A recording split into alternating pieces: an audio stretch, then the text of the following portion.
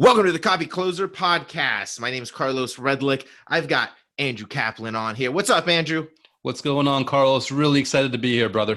Dude, I'm happy to be here too. So if you guys don't know Andrew, make sure you check him out. He's got a top 200 podcast, and hell, he actually hit the top 200 podcasts within 48 hours in the for business in iTunes, and that's just killer. And his podcast is called Shatter the Mold Podcast on iTunes. So Shatter the Mold, Andrew Kaplan, check him out. He's also got a really cool book out called It Doesn't Matter What You're Selling. So Andrew, man, what's happening, dude? Oh, man, I don't know where to begin. Like I said, happy to be here, man. My podcast is keeping me super busy, but it's a good kind of busy. I kind of knew what I was getting into. And because it's still so brand new, I kind of get to experiment with it and try different things out and see what kind of flavor works best for helping people out. So I'm really pumped about it. I love it, man. So just for some of the folks who may not know who you are and they're just coming to meet you and whatnot, could you give kind of a quick little bio or just a little introduction about your story, who you are, kind of what you do now, but then we'll go back into what you did before that and how you stumbled into what you do now. Right. Well, I've been that kind of person that's done the 9 to 5 and done my own thing in different levers. Like I did my own business when I started out in my 20s. And long story, I got burnt out after that, did a 9 to 5 for like 9.5 years. What kind of business was it? The business, it was an art production studio. Cool. It was like, I was a cartoonist and I didn't know what I was thinking, man, but I was trying to get something running. I figured I wanted the next Garfield, be a multimillionaire, getting movies and TV and all that fun jazz. And we'll get there at some point, but I worked for WWE. So I was already used to the environment of, high impact entertainment and reaching out to people. So I was just trying to do it in my own little world. But carpal tunnel sets in when you do it for years and years and years and people don't take the comic strip. So I transitioned to a 9 to 5. And while I was doing that, because I was always so interested in human psychology, I started like getting into marketing and copywriting on the side and just pushing that pretty hard until finally deciding to go full tilt with it. And that's kind of like what the book, It Doesn't Matter What You're Selling, is all about. That's the purpose of the podcast. It's really putting myself on these platforms because I think if you could handle the bandwidth, if you're not going to burn yourself out, it's very important to try platforms out because you don't know where there's going to be magic. You don't know where your talents are actually going to be the best and most conducive for until you do it. And you also don't know what kind of opportunities and what kind of people you're going to meet by choosing one platform or another. You being a perfect example. If I wasn't doing the podcast, I never would have met you. And what people are not hearing right now is a conversation we had yesterday that was so hyper interesting, where we were even talking about like me doing a promotion for my book through my birthday and getting your awesome insights, which I never would have had if I wasn't doing the podcast to begin with. So, well, dude, I appreciate it, man. And so you talked about copywriting and marketing. So you dropped that. This is obviously called the Copy Closer podcast. So we've got a lot of folks who are actual copywriters here and obviously a lot of other marketers and whatnot. So do you write copy for like other people, or you do stuff for yourself and whatnot? I do both. The things that I'm doing for people nowadays is I write a few lead magnets here and there for people that they're in their, they're in their zone of genius of what they're actually doing, but they don't know how to lead in the mix. And right now, I'm working on something special where I'm going to be offering like a year's worth of social media content for people, because I think even copywriters, I think they hate the pressure of having to do something every day just to keep their customer base warm. But they realize it, especially your listeners, they realize how vital it is to keep people warm, because if they're not fixated on you, but they're interested in whatever you're offering, they're going to find someone else. And unfortunately, it's one of those things where they usually find that other people right as they're pulling their wallets out. So you don't even want to like get them in that piece or get them in that zone where that might happen. So my vote is always keep them warm, always establish yourself as a leader in your market, and always position yourself as insightful so that they continue to stick with you whenever it counts. So you write like, how many posts do they get? This is amazing. Right, well, right now, the going rate on is like the going way I do it is just like 260 posts, because I want to give them something Monday through Friday, one post per day. And here's the thing, because I know I can easily do a whole, and this is actually be interesting for people listening. I know I can go the route of done for you, but I prefer done with you because I think it's important to leave weekends and other opportunities for those people to still write their own copy, because I think it's really important that they stay in tune with their audience, because it's going to make their offers so much better, and it's going to help them evolve like in sync with their people as things evolve in their marketplace. And like, even the thing about it is like, a lot of these things are templates where I teach them how to tweak them and modify them, which again, I want them to do, because I'm sure there are copywriters listening to this that are better than me, but for those that are still coming up in the world, I think it's really helpful if you read something and you tweak it, because you pick up on someone's cadence and their style of writing. It's kind of like that old thing of like copy and copy, where you take like Gary Halbert and the stars, and you just like write word for word what they're doing. Not that I'm a Gary Halbert, but anyone that's doing something effectively, if you're reading what they're doing or consuming it in a way that you're not putting pressure on yourself, it's going to subconsciously get ingrained there, and your skill set is going to go up automatically. So did you handwrite copy when you first started? Because you just dropped that. I find that so fascinating. I used to do that. So I was curious if you did as well. So, you know what? I haven't seen your stuff versus mine, but I have a funny feeling that you probably got an edge on me. And I'll tell you, I didn't do it for that long. I probably should have done it for way longer.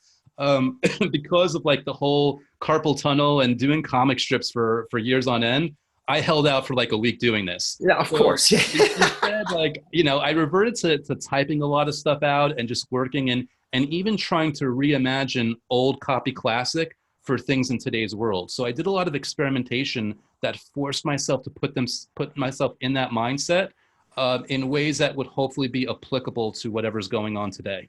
I love that you said that, because that's something I've mentioned in the past, is wanting to, you know, a lot of people talk about, you know, oh, this is working now, this is working now, whatever. But you can look at stuff that's worked in the past when people had to actually pay for direct mail. You know, the cost of a Facebook ad is dramatically less than the cost of running a direct mail piece or running a space ad or even a radio ad or an infomercial, whatever. So if you study stuff that worked in the past and you can try to figure out how it could work in today's, you know, world, I mean, that's gold. So is that stuff that you do now with like maybe some campaigns for yourself or your clients? Do you actively do that type of stuff?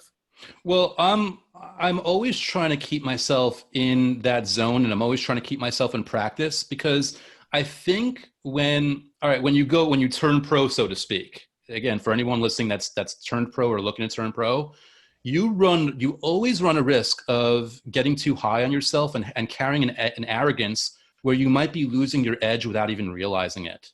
Now, I can tell you, like, people like Gary Bencivenga, you find his content, he's never lost his edge. Dan Kennedy, that stuff never lost his edge. So I know as long as I stay in tune with things like that, I'm always going to be able to maintain some sort of level of quality and level of insight, because it isn't even just about maintaining your skill level. It's about maintaining the speed with which you could accomplish it. Because maybe I will keep my touch in understanding the human psychology and everything that I need to do in order to write something well, but it might take me 5 hours to do, whereas if I kept my edge, it would only take me 30 minutes. And that's a lot of valuable time you're losing if you're not keeping yourself like really sharply refined. This is another reason why people like, you know, professional wrestlers, besides looking good, have to work out, because here's the thing about pro wrestlers that people don't realize, or just they don't think about it consciously. Looking good is one thing, but you could look really good and have absolutely no stamina. Those pro wrestlers have to really always run the ropes and stay in shape, because it's about working a match that runs for 40 minutes, because when they're going to suplex someone off the top rope and they don't have the wind behind them, they have to worry about breaking their neck or somebody else's. So you got to keep your wind going, so to speak. And that's why it's really important to practice and get inspiration and stay in line with people that you know are on their game. Dude, I love this. You're just dropping wisdom and stuff. So who are some of the folks that you look at? Are there people that we should be paying attention to, just kind of keeping an eye on and whatnot, other than yourself, obviously? Well, I appreciate the compliment. Well, I mean, right now I'm paying close attention to Mitch Miller, and he's been awesome working. Dude. Yeah, he's on his stuff, and he's recently been working closely with Mark Joyner, who's also very brilliant. Yeah, he's like the godfather of marketing. Yeah, internet marketing. I don't know. Those are two legit names off the top of my head, but really, it sounds so cliche, and half of your audience might roll their eyes because he's such a name. But even like Russell Brunson, because when you go through like expert secrets and .com secrets, I mean, I'd rather plug my own book, but just being real here, you go through those books and it's not even just about the copywriting, but it's about the psychology, because he encapsulates so much in there that you can always refer to, because he's put himself through the ringer, and that's why he makes hundreds of millions of dollars in revenue, because he's utilizing those same core human elements and psychology. Totally. Yeah, a lot of people do hate on Russell Brunson. I really don't know why. I mean, I don't know. I actually think he's a genius. He's basically done. I mean, he was a Dan Kennedy guy. Like, do you know who Dan Kennedy is? Oh, absolutely. Yeah. So he was a Dan Kennedy guy. I think he was in his inner circle and all that stuff. And so, like, when I see Russell Brunson, I see the the epitome of what like every quote unquote Dan Kennedy person should be doing. Like, he ran a big mastermind. He created good software. He's doing all the right type of marketing, where he combines offline stuff with contests, and you get a cool package in the mail with online stuff. So he's really, I mean, I agree, man. I mean, he's somebody who's done a really good job at like building a cult. And he even pokes fun at it. He calls it a culture, right? He'll poke fun at it. That's actually something that's really interesting. I'd love to get your opinion on it too.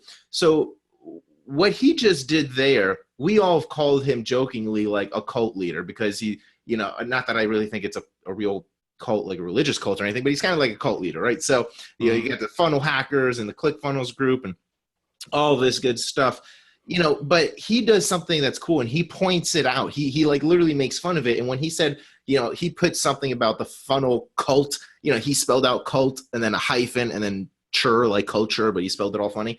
And it was like kind of poking fun at that. And I think the more you point things out that are obvious, like, I think that's better, especially with a sophisticated audience, or an audience that kind of knows marketing and stuff. What do you think? Oh, I agree. You always want to, I mean, cliche time, you always want to keep it real, because there's two types of people that are involved there. There's the people that see through you and the people that don't. The people that see through you will respect the fact that you're not hiding from it. The people that don't are going to love you anyway, so you might as well go that extra step further in moving them forward and educating them. And just a quick thing I want to add on here, I think it's a good thing that Russell Brunson has haters. I think everyone out there like listening right now, you should strive to get haters, not for the purpose of having haters, but for the fact that when you have a lot of haters, hopefully that's offset by a lot of fans, it's an indicator that you're putting yourself out there enough. If you don't have people hating on you, you are not out there enough, you are not making enough money, you're not making as much as you should, you're not as successful as you should be. And even the thing about the cold part, first of all, Russell's brilliant, because the reason why him pointing things out works so well is because he's selling you on his software that's going to use what he's teaching you anyway, so he can really get away with that. But also it's a thing where you want to be almost a parody of yourself on some level, because people need things very simplistically. If you're an Obama fan, hope and change. If you're a Trump fan, make America great again. You notice that both those things were just 3 words, because again, human psychology, our reptile brain, the fact that we have so much stuff flying at us, you need to be able to bring your message down to something that's very highly consumable, that anybody can not only attach to and understand right away, but that it can be repeatable, and it's something that could be very pervasive in your market or in society. If you really follow presidential campaigns, you're always going to see that they're always really tight and really structured, because there's going to be a lot of campaign bullet points. But in the end, people care about things on a certain level, very personally, and you've got to capture whatever that is, because that's what's going to be in their mind when they go to the voting booth and they make their decision. There's a lot. I love that you mentioned that, because it's not like a political show or anything, but there's a lot of good marketing that goes into political campaigns, right? Yeah. And there's something, my buddy Chris Widener said something really funny. I actually heard him. He was speaking at a mastermind, and he had mentioned something about the power of getting everybody behind your message, right? And then he brought up Trump, whether you like him or not. And he just said, I don't know if this is why he won and why Hillary may not have won or whatever, but this is a really interesting point, right? So he created a movement and almost make America great again. We're all together. We're all trying to make this thing great again, right? And then I believe, and everybody knew it. So he asked everybody, hey, raise your hand. What was Trump's campaign thing? Or make America great again, right? And then he's like, what was Hillary's? No one remembered, because all it was I'm with her. That doesn't rally a team. That doesn't get everybody behind a movement. America's great. Now he's just talking about make it great again. He just got people all sold on this one message, while she didn't. She just said, I'm with her, talking about her. No one cares about you. Yeah. Well, the interesting thing about I'm with her is it does reach a lot of people, but because we're such a wide society, it's simultaneously divisive. And I think there's nothing wrong with being controversial because you want to do that. But I say you want to be controversial when you're selling a product, not when you're running for office, because when you're running for office, you can't afford to be that polarizing. You're going to cut too many people away. Whereas in your business, you want to be polarizing because you don't want to waste time and like clicks and ad spend on people that don't even care about you. So what do you think about that? Well, you kind of just dropped it right there, but or mentioned it. But so going back to the business section or part, I find that a lot of people try, and we actually talked about Dan Kennedy, so I'll use him as a great example because I love Dan Kennedy. I've got everything he's ever sold, I think. So, and if not, I'll have to buy it, right? So pretty much got everything. But Dan Kennedy was kind of known as the grumpy old marketing man, right? The grumpy old man, grumpy old marketer. He kind of had this thing about him that everybody liked. He was but then I noticed that a lot of people afterwards just kind of tried to mimic that behavior, and they weren't really assholes. They were just trying too hard to be this grumpy old man. I'm like, but you're not, dude. You're really not that grumpy. You're just now you're just sounding like an asshole, right? So how do you figure out what's really, I mean, how do you even care? Do you think about, is this making me just sound like a complete asshole, or is this polarizing? How do you kind of figure out what that fine line is? Because I think some people have a hard time. So I've got a bit of a long-winded answer, but I hope it'll provide some insight here. This is actually something that I led with in It Doesn't Matter What You're Selling. I put this in the introduction or the prelude or whatever. And when I was younger, before I kind of knew what I was doing, I would model what I saw other people doing. I would write long form copy and I would do things and it would bomb. And the reason it bombed is like, wait a second, this doesn't make sense. I'm doing exactly what that guy was doing. Why isn't this not working? And the problem was I was doing something without understanding the reason behind doing it.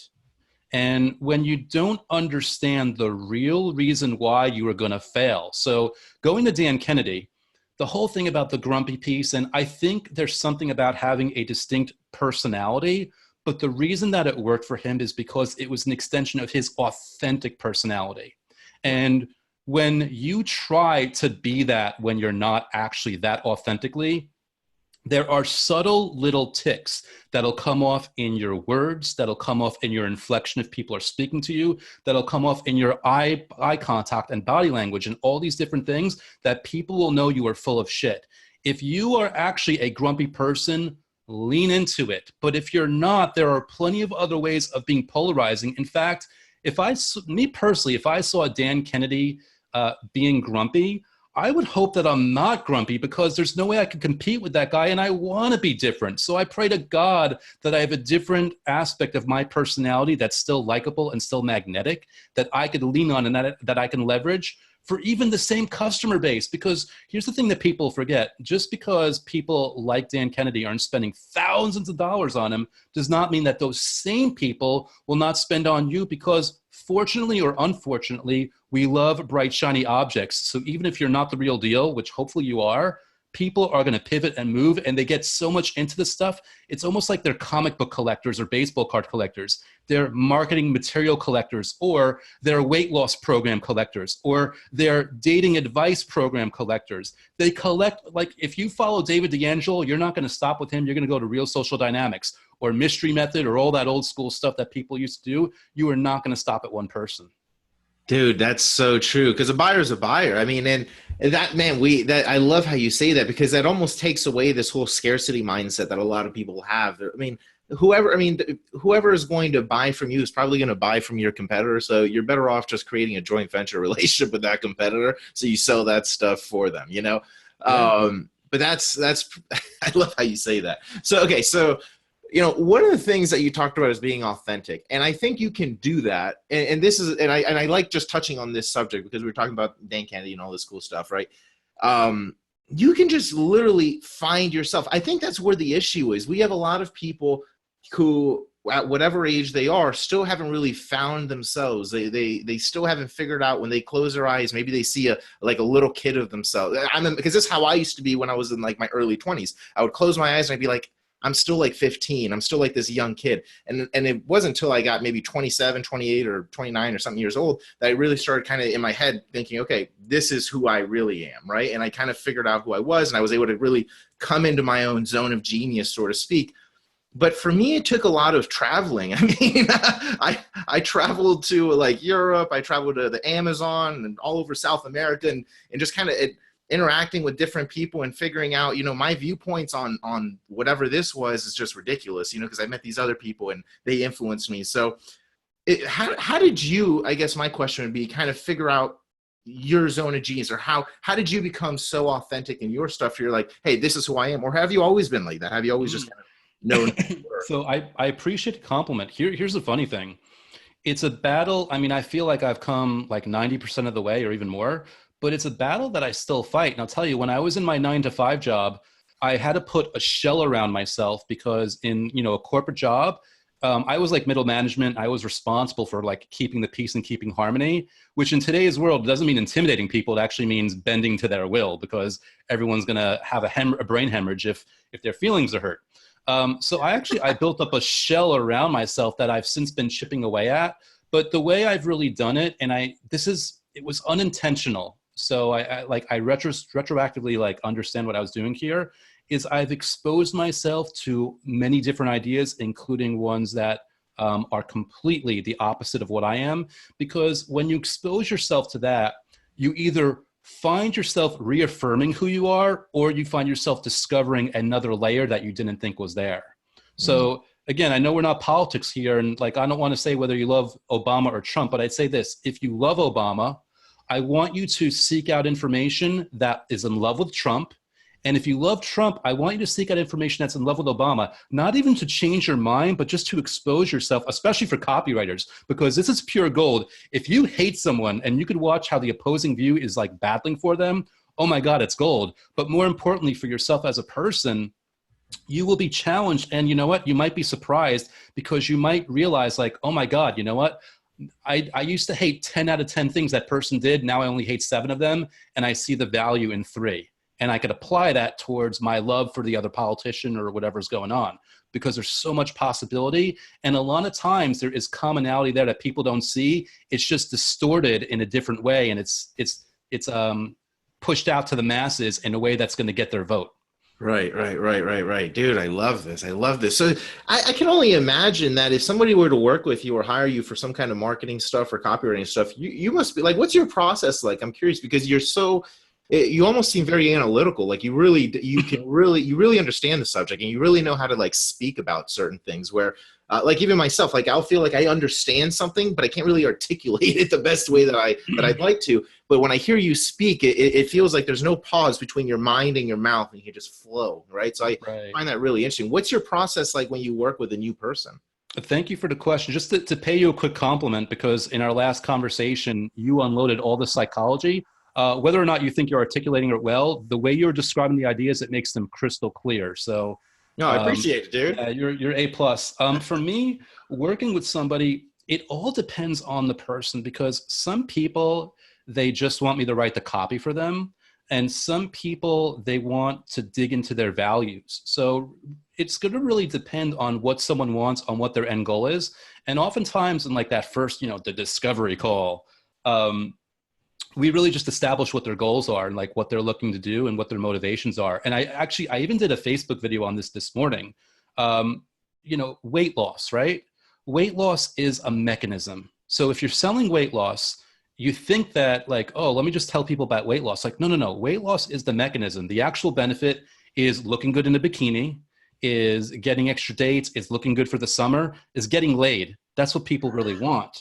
So whether you say that directly or indirectly, this is about people getting laid. And if you're just talking about weight loss, your message is not going to be crystal clear. So when I work with someone, it's a question of like, how deep do you want to cut? Are you looking for a quick fix on something, or are you looking for a long-term relationship? Are you looking to try to figure out how to fit a certain product into the space that you already have? Are you trying to beat somebody else? Like whatever the motivation is, I will go as deep or as shallow psychologically as you want me to. Oh, I love this, man. I love it. Yeah, it's cool to see how people work with their clients because everybody's different. I find that really interesting because you can go on so many different levels, it seems like. So that's fucking cool, man. So what kind of stuff are you doing now? I know you've obviously got the podcast. What kind of things are you working on now, dude? What's on the road ahead? Well, like it's kind of like the road behind or the road this year so far.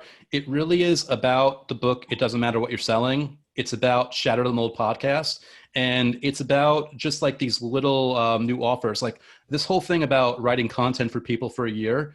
It's a really interesting, fun experiment. And that's kind of like how I'm viewing my 2019. Like I'm not close to other things, but for whatever reason, I've been so inspired by it. You know, I'm tinkering on Instagram and I'm just playing with all these things. It's basically become a new exploration of like human psychology that I didn't get to enjoy like 3 years ago. So, right. Yeah, like for my time ahead, it's really like growing the podcast, getting more people on. And it sounds so cliche, but just like serving people, because to speak selfishly, that's when you're going to make money, when you're serving other people. Yeah. And that actually feels like when, like money starts kind of attracting to you, not to sound too woo-woo or anything, but it really starts attracting to you once you're serving people, you feel good about it. And it's got to be you're serving people in a way that's going to, you know, give you money, right? You can't just serve people forever for free. But at some point, I mean, you could even serve people for free and then at one point charge them. And then a lot of people buy your stuff because you've been serving for free for so long.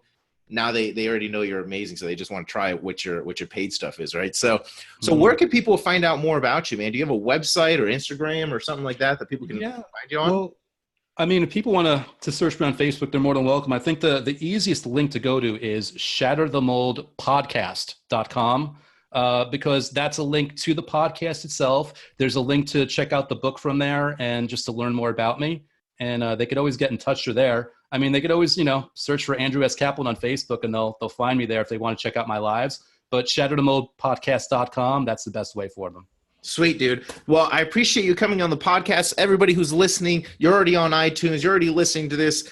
Make sure you check out Shatter the Mold podcast. If you want to check it out on the website, shatterthemoldpodcast.com. Thanks so much, Andrew, for coming on, man. Carlos, thank you for having me. I love this conversation. I love this topic. Same here, man. Talk soon.